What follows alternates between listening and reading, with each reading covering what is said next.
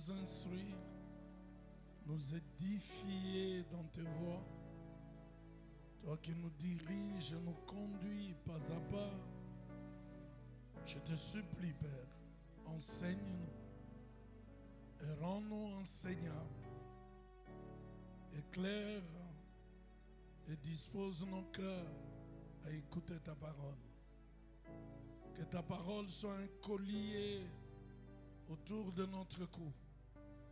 Qu'elle soit une couronne autour de notre tête. Que ta parole soit vie, soit esprit en nous. Saint-Esprit, je t'en supplie, guide et conduis-nous en flamme et embrasement. Je tiens à parler sous ton autorité particulière. Saisis cette église, qu'elle écoute comme écoutent les disciples. Au nom de Jésus, Amen. Shalom bien-aimés. Shalom, shalom. Est-ce qu'il y a des vivants ici? Il y a des vivants en ces lieux. Que les vivants acclament le Seigneur notre Dieu et notre roi.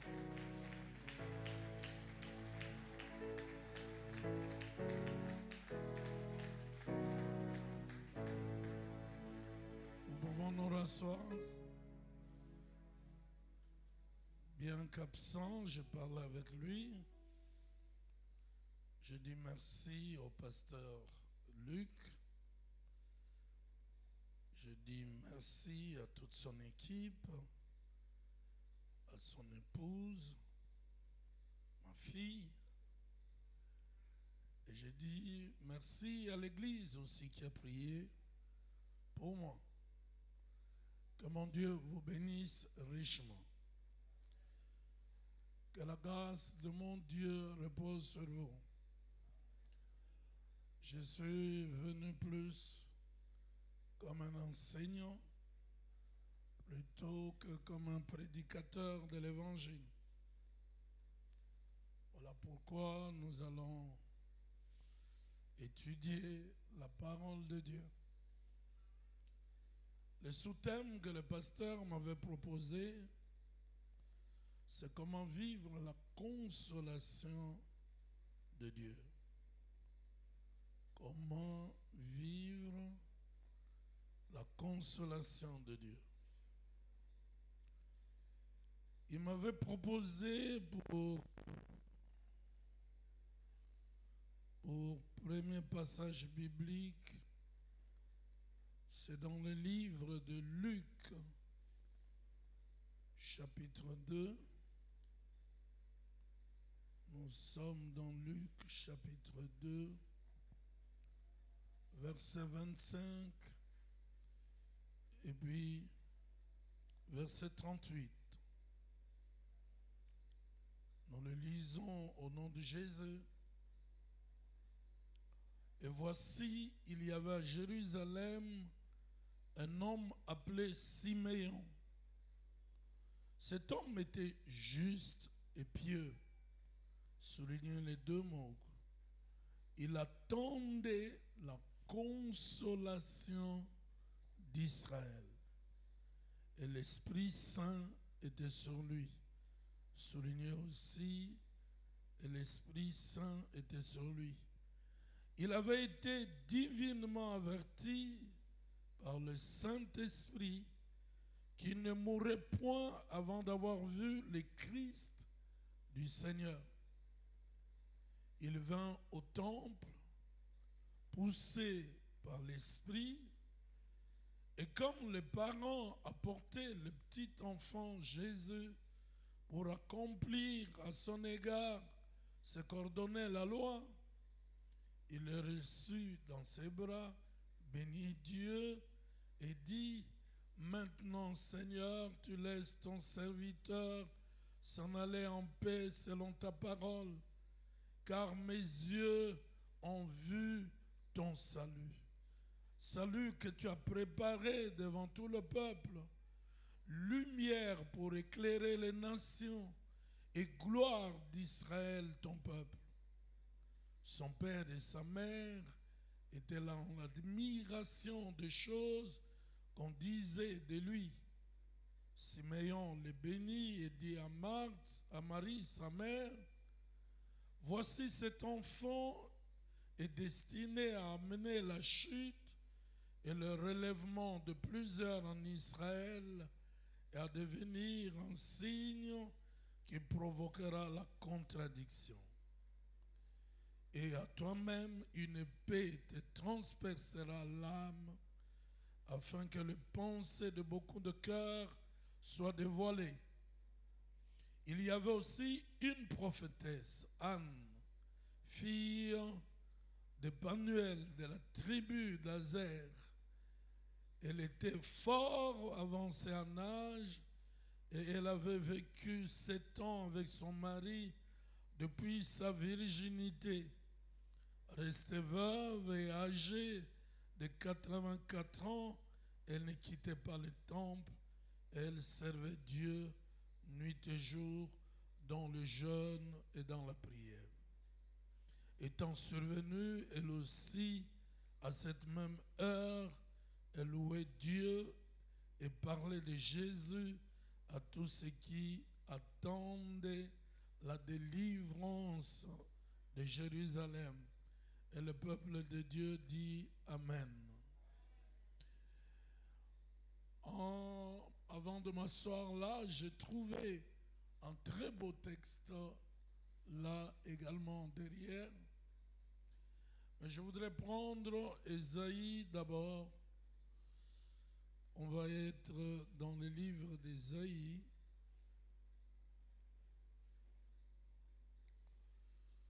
Prenons d'abord le chapitre 25 d'Ésaïe et le verset 1er. Ô Éternel, tu es mon Dieu. Je t'exalterai, je célébrerai ton nom, car tu as fait des choses merveilleuses. Tes desseins conçus à l'avance se sont fidèlement accomplis. Et le peuple de Dieu dit Amen. Lisons également Ésaïe 40, versets 1 à 2. 1 et 2. Ésaïe 40, verset 1 dit ceci: Consolez, consolez mon peuple, dit votre Dieu. Parlez au cœur de Jérusalem, là devant j'ai vu Maranatha, et criez-lui que sa servitude est finie, que son iniquité est expiée, qu'elle a reçu de la main de l'Éternel au double de ses péchés. Et le peuple de Dieu dit encore Amen. Lisons le psaume 111, le verset 9. Psaume 111, le verset 9. Dit ceci: Il a envoyé la délivrance à son peuple, il a établi pour toujours son alliance, son nom est saint et redoutable. Et le peuple de Dieu dit encore Amen. Pour que nous puissions mieux comprendre en quoi consiste la consolation d'Israël, voyons d'abord l'arrière-plan d'Israël. Le passage d'Ésaïe 40 que nous venons de lire tout à l'heure évoque en fait le châtiment subi par Juda. Juda avait été châtié par Dieu à cause de sa conduite répréhensible. Et comme châtiment, Dieu a envoyé Juda en exil à Babylone, particulièrement à cause de sa désobéissance. Juda devait aller en exil. Il devait quitter ses terres et se retrouver à Babylone. Frères, le Dieu d'amour qui est le nôtre est aussi un Dieu redoutable. Son amour s'exprime également de manière assez puissante en châtiant ses enfants quand ils se méconduisent. Mais le châtiment que subit le peuple de Dieu, c'est pour son bien, pour son redressement. Il suffit que ce peuple revienne à Dieu, se repente de ses mauvaises voies et de tout son cœur, il revient à Dieu, Dieu restaure. Et moi je crois que Dieu va vous restaurer. Il va vous restaurer. La consolation de Dieu va consister dans la restauration, non seulement de cette église, mais également de chacun d'entre nous qui s'était détourné de voie de Dieu et qui est revenu à Dieu de tout son cœur. Dans Job chapitre 5, le verset 8, nous pouvons lire ceci. Dieu est celui qui fait la plaie, mais aussi Dieu est celui qui bande la plaie. Il blesse et sa main guérit. Dieu, il fait la plaie, il amende. Il blesse, il guérit. Moi, je crois fermement que la consolation de Maranatha va consister dans la guérison que Dieu va apporter à cette église pour que cette église retrouve sa place, retrouve sa mission d'éclairer les nations, d'éclairer le monde. Parce que le but de cette église, ce n'est pas de rassembler les gens ici, d'écouter de belles prédications. Le but de l'église, c'est de former et d'envoyer les gens. Et moi, je crois que Dieu qui vous a passé, qui vous a fait passer par le chemin par où vous êtes passé, Dieu non seulement va vous guérir, il va vous enseigner et il va vous envoyer à travers le monde pour éclairer le monde. Et je dis que plusieurs d'entre vous sont ici comme dans une pépinière, mais bientôt, très bientôt, Dieu va vous transplanter ailleurs. Il vous formera et il vous transplantera. Plusieurs ne vont pas passer leur vie ici. Ici, vous êtes en mission, en formation plutôt, pour une mission qui vous attend. Voilà pourquoi la consolation de Dieu qui va arriver, c'est pour qu'au final, il vous envoie plus loin que vous ne pensiez aller encore. Frère, le prophète Ésaïe, qui nous parle dans ces passages que nous avons lus tout à l'heure, dans Ésaïe 25, le chapitre 1er que nous avons lu, on peut aller aussi au verset 6 jusqu'à 9. Ésaïe 40, je n'ai pas lu avec vous. Ésaïe 66, à partir du 1er verset jusqu'au 11e verset, vous pouvez aller les lire. Je disais que le prophète Ésaïe, lorsqu'il parlait de la restauration d'Israël, il voyait plus loin qu'une simple restauration. Ésaïe avait tout son regard vers les lointains. C'est pourquoi je disais tout à l'heure que non seulement Dieu va vous restaurer, mais Dieu veut vous amener très loin pour que vous alliez illuminer, éclairer le monde. Comme nous allons le voir plus tard, peut-être dimanche, nous sommes déjà au soir de notre âge. Nous sommes déjà au soir de notre temps, si vous voulez. C'est le soir. Bientôt, très bientôt, de ténèbres épaisses ont déjà commencé d'ailleurs à obscurcir le monde.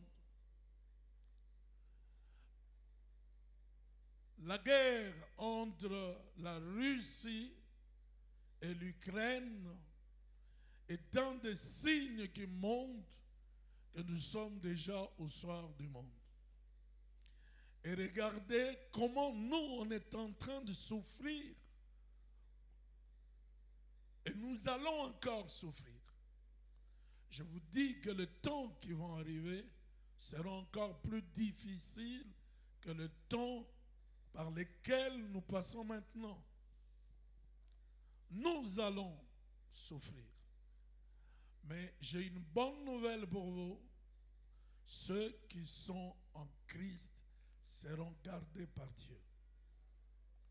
Ceux qui s'attachent à Dieu seront gardés par Dieu. Et comme nous le verrons plus tard, dans quelle disposition de cœur chacun d'entre nous doit se trouver, à l'image de Siméon qui attendait la consolation d'Israël. Dans quelle disposition de cœur Siméon s'est trouvé en ce moment-là? C'est pourquoi Ésaïe va délimiter ce moment-là en 3 temps, si vous voulez. Il y aura d'abord le retour de l'exil babylonien. Les enfants d'Israël qui étaient partis en exil doivent revenir en Israël. Et vous trouverez ça dans le livre de Daniel, particulièrement au chapitre 9. Et deuxièmement, il y aura le salut du peuple de Dieu et de son libérateur. D'abord, il y a le retour. Et je vous annonce que plusieurs vont revenir. Plusieurs vont venir dans cette église. Il y en a qui vont revenir. Il y en a qui vont venir ici. Et la troisième chose importante, c'est la gloire de Dieu qui va se manifester. Le retour de l'exil de Babylone, le salut ou la délivrance du peuple de Dieu par leur libérateur. Et puis, il y a la gloire de Jérusalem, en l'occurrence, la gloire de Maranatha qui va être rétablie ici. C'est pourquoi, frères bien-aimés, Ésaïe qui embrasse toute l'histoire du salut d'Israël, il fait d'un seul coup d'œil ces 3 périodes de l'histoire d'Israël.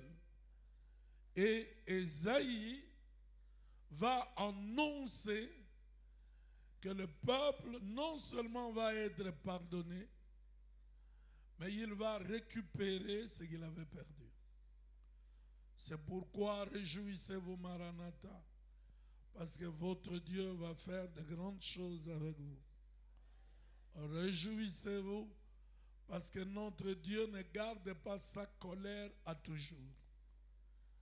Lorsque ses enfants reviennent à lui en toute humilité de cœur, en toute simplicité de cœur, quand Dieu voit cette simplicité de cœur, Dieu non seulement pardonne, Dieu restaure, Dieu fait mieux que ce qui existait auparavant.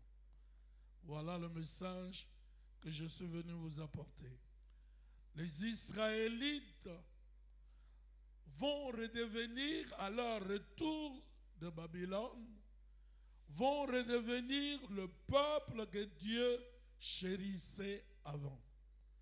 Il va pardonner, il va effacer le péché, il va purifier, il va se remettre à chérir son peuple et il aura de paroles d'amour pour ce peuple. Il aura un grand élan d'amour pour ce peuple. Mais la bonne nouvelle pour vous et pour moi, c'est que ce que Ésaïe est en train d'annoncer, nous le verrons dans Luc, ne regarde pas seulement Israël, le peuple de Dieu. Mais ce que Ésaïe est en train d'annoncer regarde toutes les nations, y compris la nôtre, et particulièrement le chrétien, qui reviennent à Dieu de tout leur cœur lorsqu'ils ont péché contre Dieu, lorsque Dieu leur ramène, lorsqu'ils reviennent à leur maître Seigneur, leur maître pardonne, leur maître purifie, leur maître lave et leur maître change de langage et de discours envers ce peuple-là. Ce peuple devient, une fois de plus, le peuple de l'alliance de Dieu, le peuple de l'amour du Seigneur. Quelqu'un peut dire Amen. Pour revenir maintenant dans le contexte du sous-thème que le pasteur m'a proposé, retenez ceci dès le départ, que Siméon, parce que c'est lui qui parle de la consolation d'Israël, nous l'avons lu ensemble, faisait partie du reste d'Israël qui était resté fidèle et attaché à Dieu. Il y a une grande partie qui est allée en exil, mais Siméon, lui, est parmi le reste fidèle, attaché à Dieu. Il attendait, en ce moment-là, la consolation d'Israël. Toute sa vie, Siméon attendait le Messie libérateur. Parce que Israël, en ce moment, est colonisé par les Romains, qui le maltraitent, qui fait souffrir le peuple de Dieu. Et tout le monde avait marre de la colonisation, souffrait de la colonisation. On cherchait un libérateur. Et parmi les anciens qui étaient là, personne ne pouvait oser se révolter contre le pouvoir romain qui le couvrait en ce moment-là. Et cet homme, Siméon, était tout le temps au temple avec la vieille Anne pour attendre la consolation de Dieu. Donc, il attendait le oint de Dieu, le Messie de Dieu. Mais j'aimerais vous annoncer quelque chose que j'ai trouvé dans le psaume 25, verset 14. Retenez que l'amitié de Dieu est pour ceux qui le craignent. C'est pourquoi Siméon, étant dans l'amitié de Dieu, il ne pouvait qu'être un témoin privilégié du salut d'Israël. Et j'annonce à cette église que ceux-là qui s'attachent non pas à cette église, qui s'attachent non pas à un homme, fut-il un pasteur ou un, mais ceux qui s'attachent au Seigneur, qui lui restent fidèles, qui le craignent.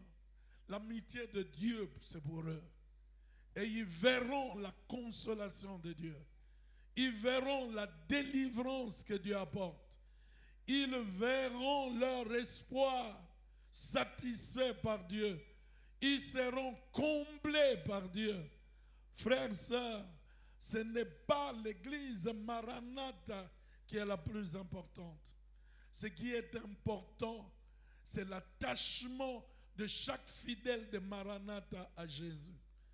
Lorsque chaque fidèle reste attaché à Jésus, craint le Seigneur, marche dans ses voies comme le vieux Siméon, et que tous ensemble, nous nous retrouvons ici en prière, en jeûne, en train d'écouter la parole de Dieu comme maintenant, je vous assure et je vous annonce que Dieu visitera cette église. Non seulement il visitera l'église, il visitera les familles. Non seulement il visitera les familles, Dieu distinguera beaucoup d'entre vous. Il les distinguera.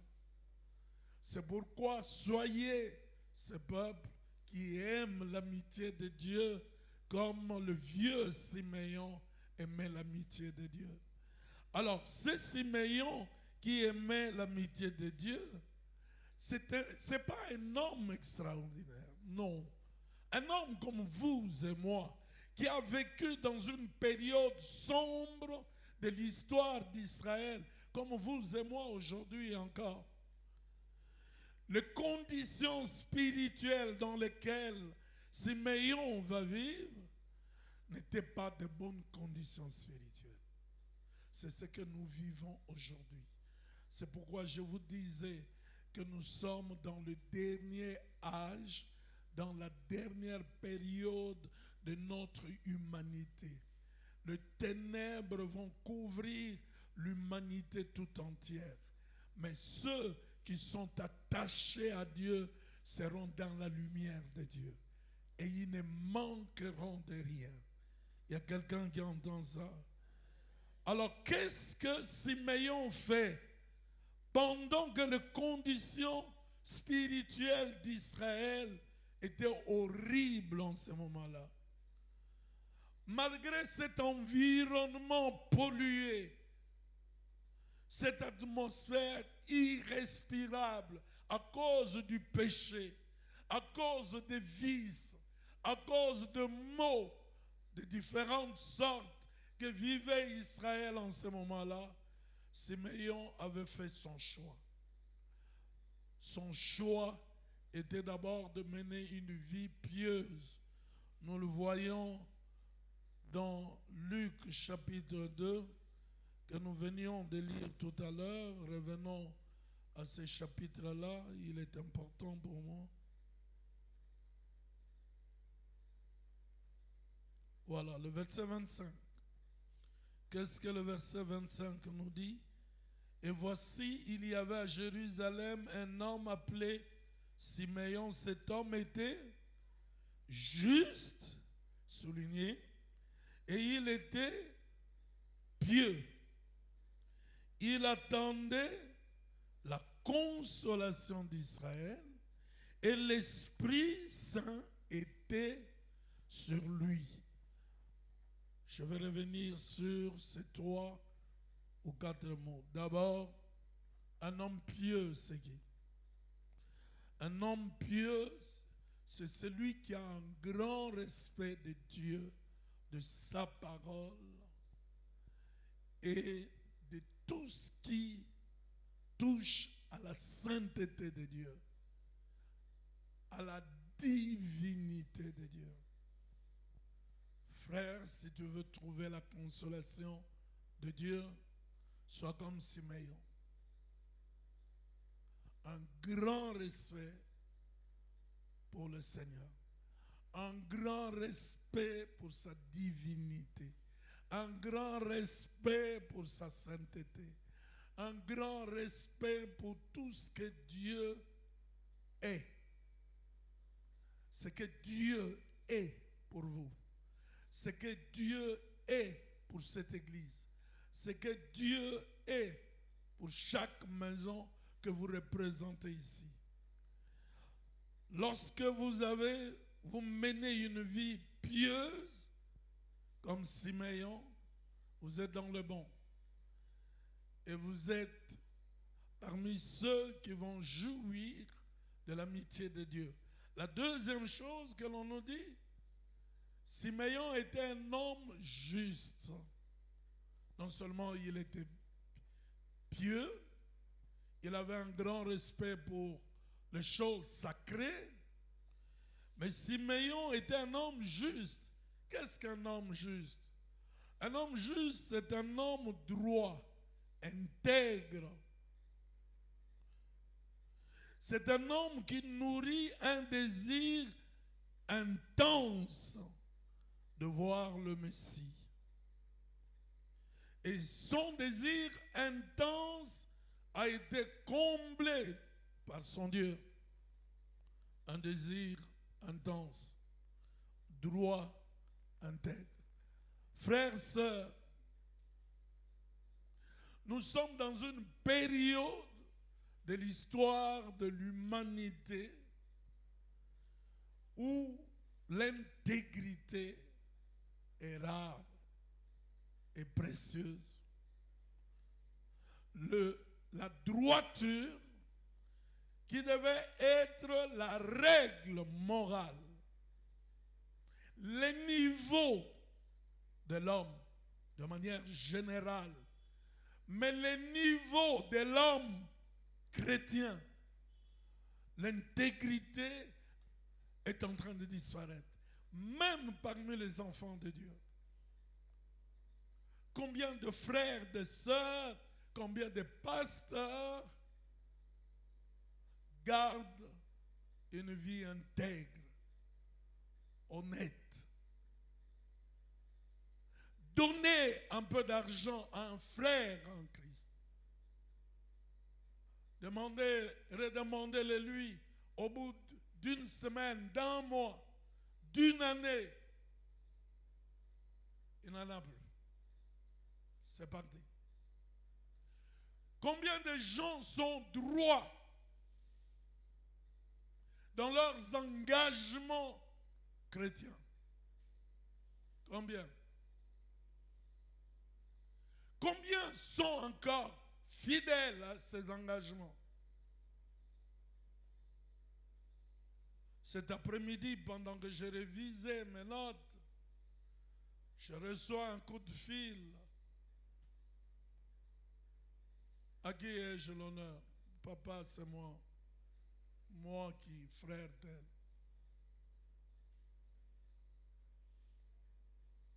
Papa, je viens vous annoncer que je suis revenu définitivement à Kinshasa. Mais avec mon épouse, nous nous sommes arrangés à l'amiable pour nous séparer.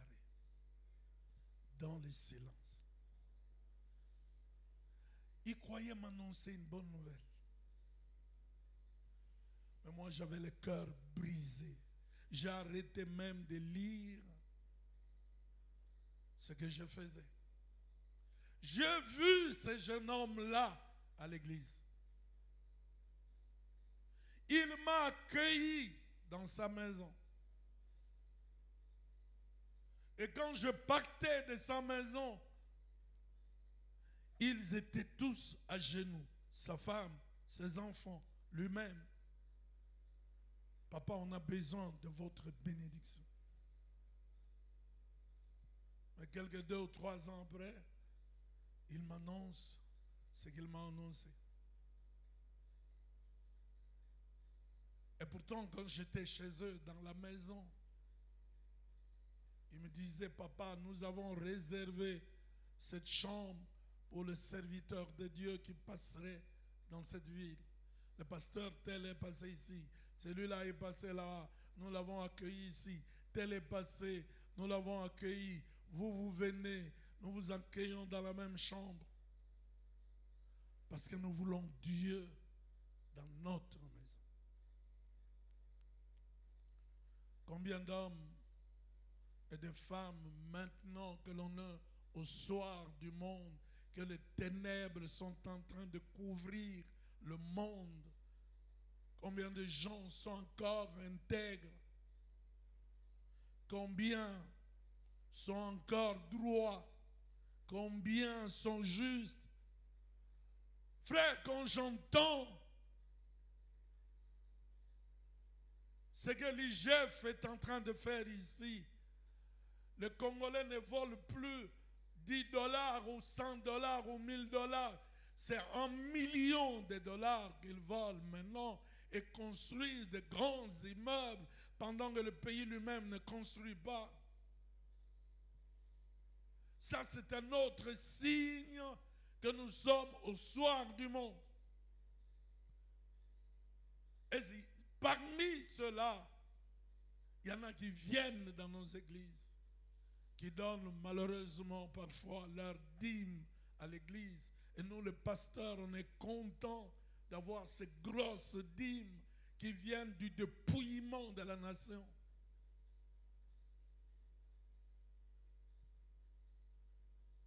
Ce qui devrait être à notre honte. Et nous n'avons pas la force de leur reprocher ça.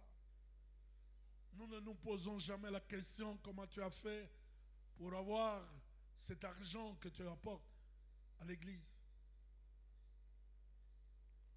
Frère, comment voulez-vous que la consolation de Dieu arrive? La justice, selon Dieu dans la Bible, que recherchaient les enfants d'Israël dans l'Ancien Testament, était celle qui venait du cœur, qui était fondée sur la vraie foi en Dieu, ainsi que sur l'amour et la crainte de Dieu, la crainte de son nom. La justice, nous voulons que Dieu nous console. Eh bien, comme Siméon, nous avons besoin de rechercher au plus profond de nous, dans les tréfonds de notre cœur, la vraie foi en Dieu. Mais aussi la vraie foi qui vient du cœur, qui est fondée en Dieu, qui est fondée aussi sur l'amour, sur la crainte du nom de Dieu. Pasteur, où est-ce que tu trouves ces choses-là? C'est dans le livre de Deutéronome, au chapitre 4 d'abord, le verset 10. Deutéronome, chapitre 4, le verset 10, nous dit ceci. Là, c'est Dieu qui parle à Israël lorsqu'il le rencontre sur la montagne d'Horeb. Dieu dit ceci au verset 10. Souviens-toi du jour où tu te présentas devant l'Éternel, ton Dieu, à Horeb, lorsque l'Éternel me dit, assemble auprès de moi le peuple. Je veux leur faire entendre mes paroles afin qu'ils apprennent à me craindre tous les temps. Me craindre tous les temps. Qu'ils vivront sur la terre. Et afin qu'ils les enseignent à leurs enfants. Le verset 29, 28, non 29. Le verset 29 dit ceci. Et c'est de là aussi que tu rechercheras l'Éternel ton Dieu et que tu le trouveras si tu le cherches de tout ton cœur et de toute ton âme. La consolation de Dieu vient sur les gens qui craignent réellement Dieu, sur les gens qui recherchent Dieu de tout leur cœur. Et je prie Dieu qu'il en soit ainsi dans cette église de Maranatha et que tout le monde revienne à Dieu de tout leur cœur. Frère, aujourd'hui, les gens n'aiment plus que l'on parle des choses droites. On n'aime pas qu'on leur reproche.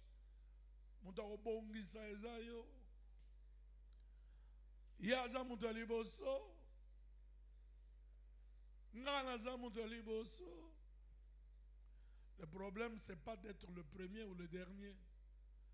Le problème est que est-ce que tu écoutes la parole de Dieu? Est-ce que tu recherches Dieu de tout ton cœur? Est-ce que tu le recherches de tout ton cœur?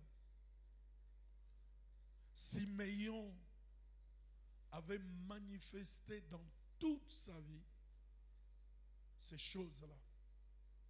Voilà pourquoi Siméon ne mourait pas. Siméon était fatigué de vivre. J'ai dit fatigué de vivre.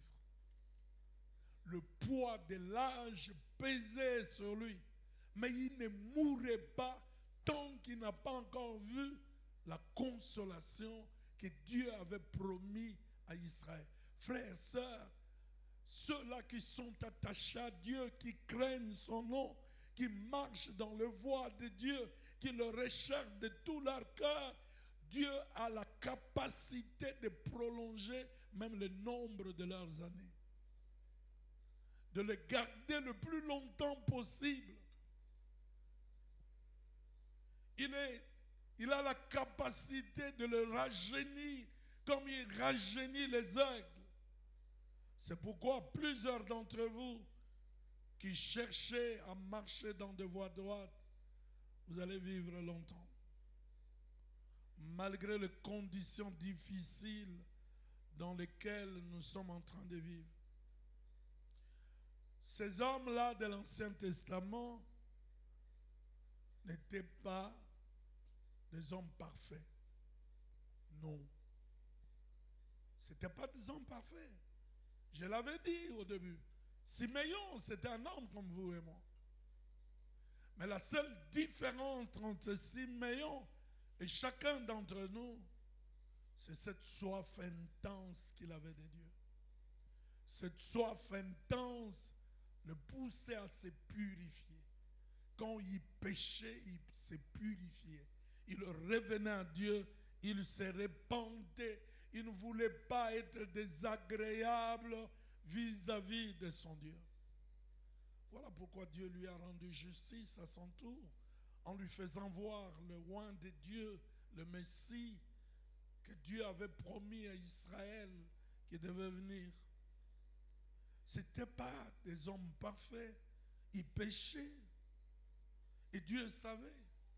Mais leur attitude intérieure plaidait pour eux. Il plaidait pour eux. David n'avait jamais été un homme parfait. Abraham n'avait jamais été un homme parfait. Tous les patriarches n'étaient pas parfaits. Mais leur attitude intérieure plaidait pour eux. Ils marchaient.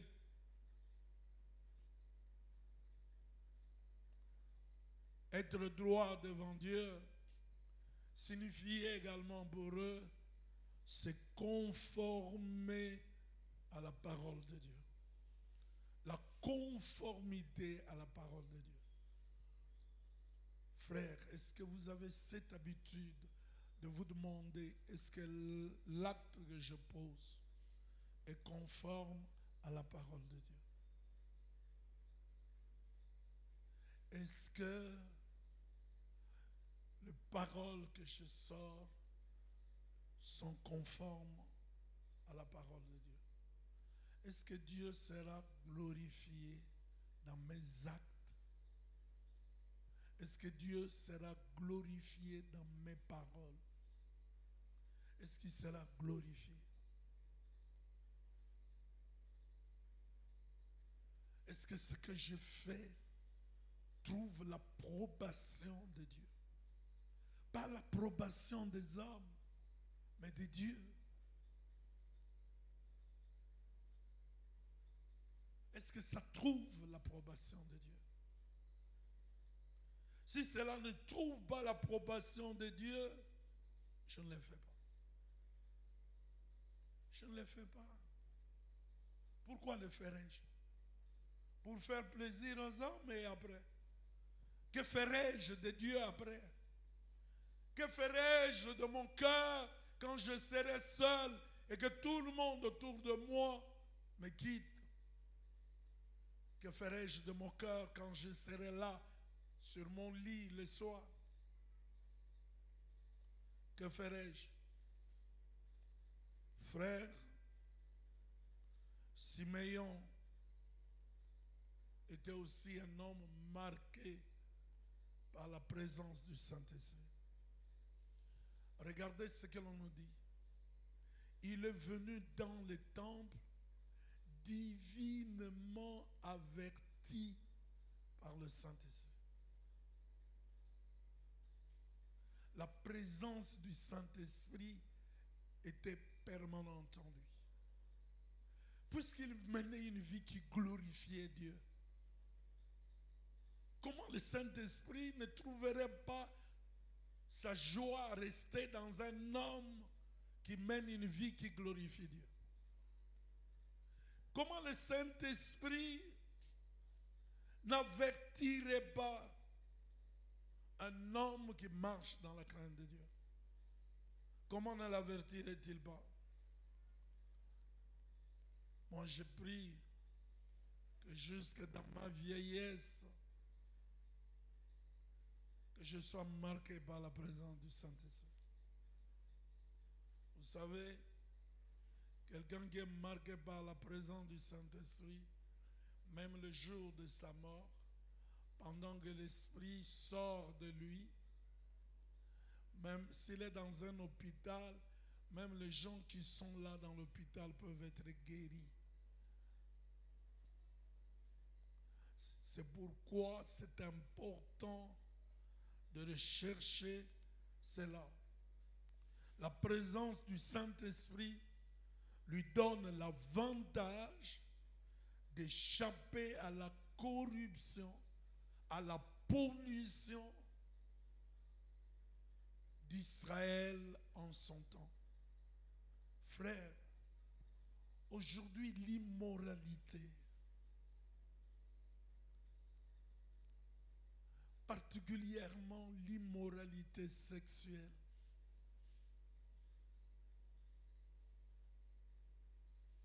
on la retrouve partout aujourd'hui. J'ai dit partout. Ne crois pas que tu peux facilement t'échapper comme ça sans le Saint-Esprit. Ne te crois pas plus fort que tout le monde. C'est un mensonge. Un mensonge, frère. Un mensonge, ma soeur. L'immoralité sexuelle guette tout le monde, y compris les femmes mariées. Les jeunes filles, n'en parlons même pas.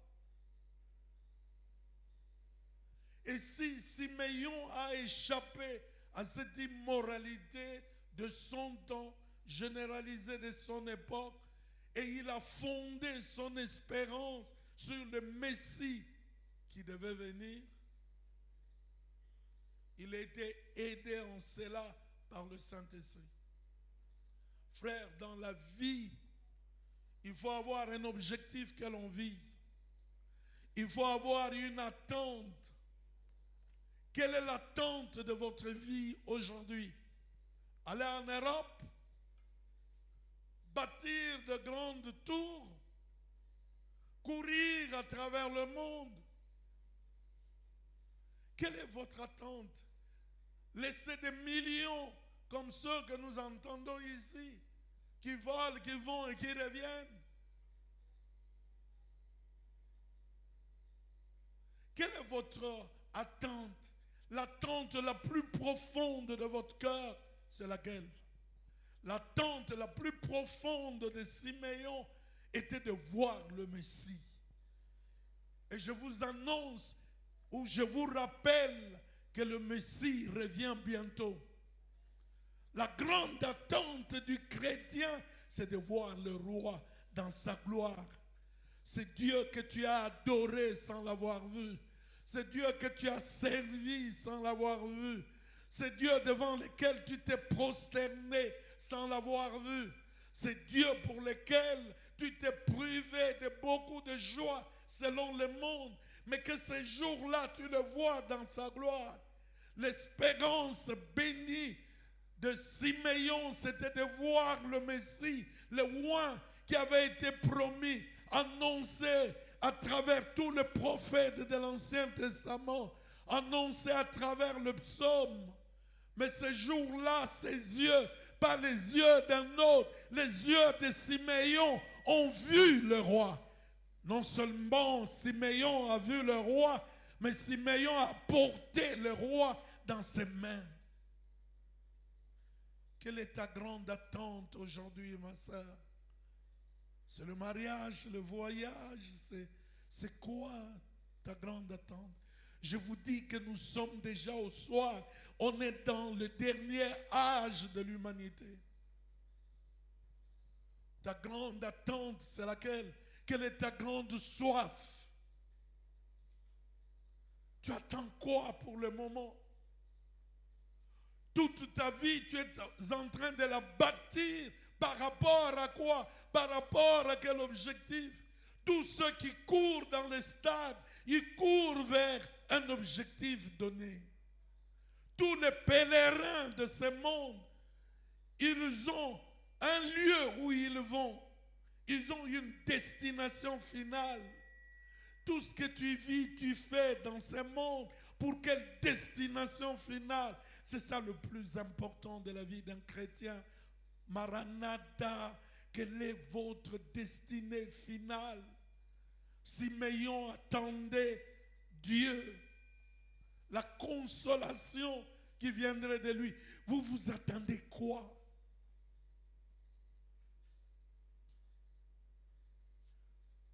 L'espérance que nous avons par rapport au monde et au gouvernement de ce monde, c'est une espérance trompeuse.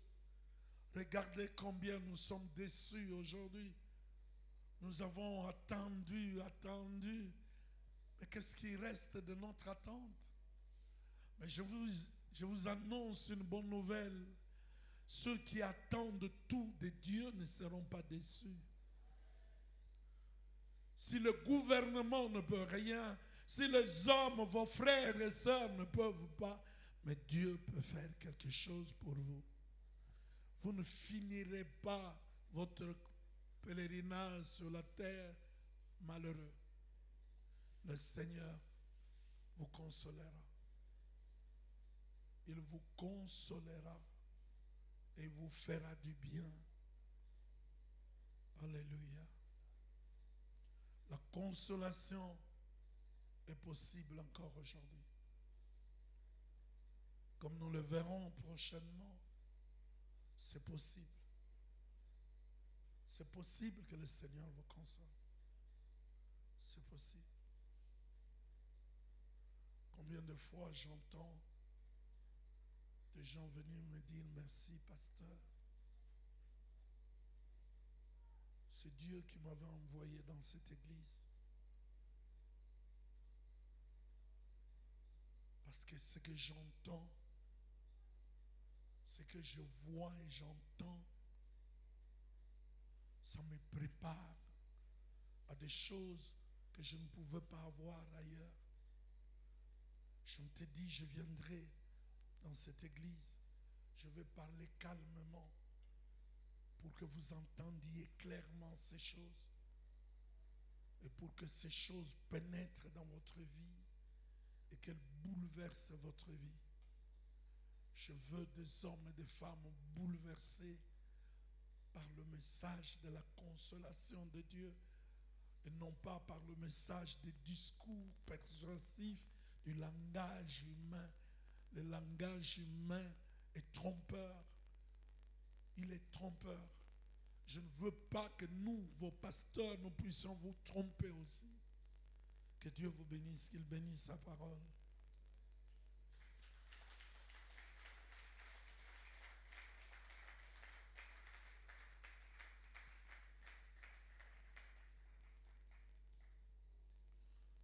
Est-ce que quelqu'un peut prier? Est-ce que quelqu'un humblement peut se prosterner même devant le Seigneur et lui dire, Seigneur, je me suis trompé d'objectif, je me suis trompé d'espérance, je me suis trompé. Seigneur,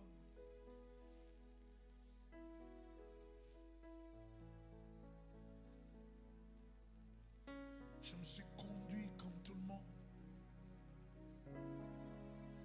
Seigneur, je ne suis qu'un chrétien hypocrite.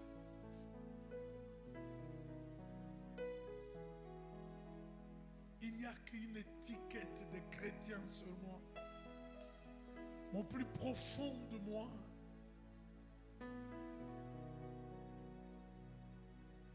je ne suis pas comme Siméon.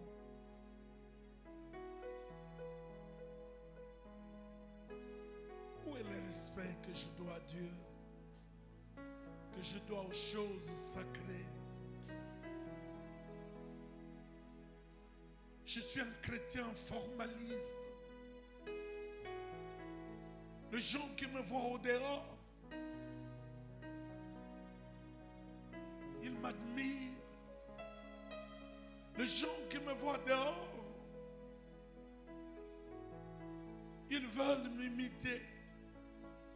Mais tu sais, Seigneur, au plus profond de moi, je suis un homme vaincu, une femme vaincue par la pollution de ce monde. Je suis un homme vaincu par la corruption de ce monde et je commence à envier de choses que je devais blâmer. Et je commence à imiter les hommes. Et pourtant, tu m'as appelé comme Siméon à te représenter, à représenter les valeurs de ton royaume. Tu m'as appelé comme Siméon. Qui est-il, ce Siméon, sinon un homme né d'une femme comme moi? Sinon un homme né d'un homme comme moi? Mais ce que Siméon était réellement dépendait de son attitude intérieure, dépendait des valeurs qu'il avait